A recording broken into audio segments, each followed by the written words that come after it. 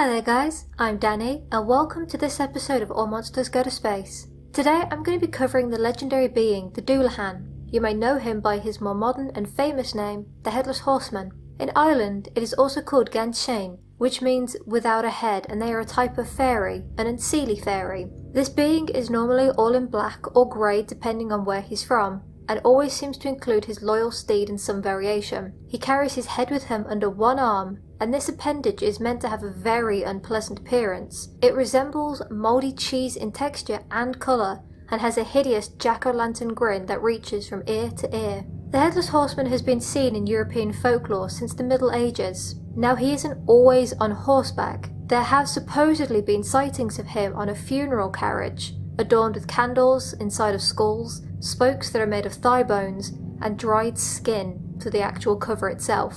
And normally it's human skin. He also carries a whip that's made out of a human spine.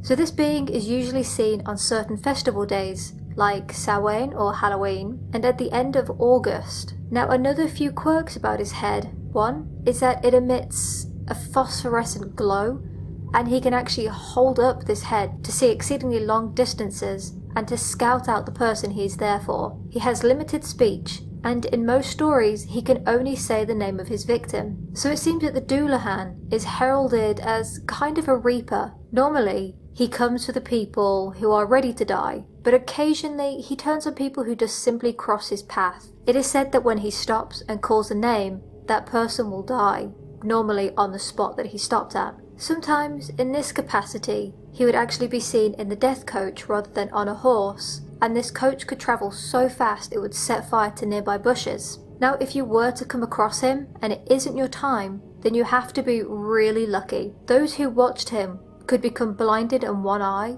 or get covered in blood. Spotting him could even foretell your early death. Unfortunately, there is no real way to stop or defeat him. All locks would open for him and nothing could stand in his way, but there is one thing. It wouldn't kill him, but it may be a way for you to stall him and get away, and that is an object made of gold. He seems to have a great fear of this metal, so there are varying stories on his origin. One version says that he rose with a vengeful purpose and he was bitter about his death. Another says that he may have once been the Irish god of fertility, Crom Dubh. To this god, annually, King Tigerman would offer a sacrifice, normally by way of decapitation. Then in the 6th century the Christians came through Ireland, and this god became forgotten, but he was so adamant that he wouldn't be. So Crom Dubh then became his opposite and turned into the Dullahan. Now let's talk about one of the most famous stories.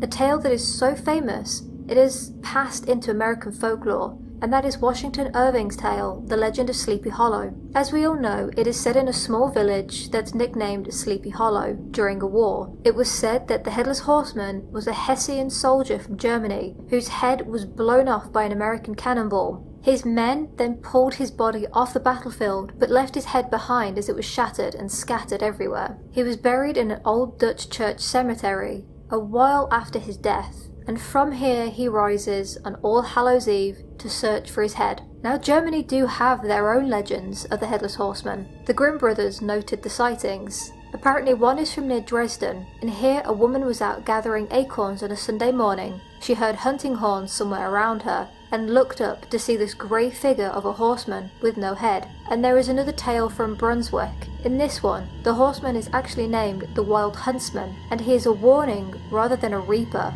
He blows a horn and warns hunters of imminent and fatal danger on their hunt the next day. And in a few other German tales, he only takes the souls or life of those that had committed capital crimes like murderers. But back home in Britain, particularly Scotland, there are tales of Headless Horseman, and his name was Ewan, and he lost his head in the Battle of Glencairn. Now because his body wasn't intact, he lost his chance of being a chieftain, and because of this, he and his horse now haunt the area. And last but certainly not least, there are even tales of Headless Horsemen in India. The ginger is found in the folklore of Rajasthan and Madhya Pradesh. Over here though, they're actually heroic figures, not reapers or death omens. These beings are born of violent and wrongful deaths that have happened when they were protecting innocent people. One story says that the ginger was a Rajput prince who was decapitated defending a caravan from bandits. And another version says that it was a Mughal cavalryman who died defending the prince.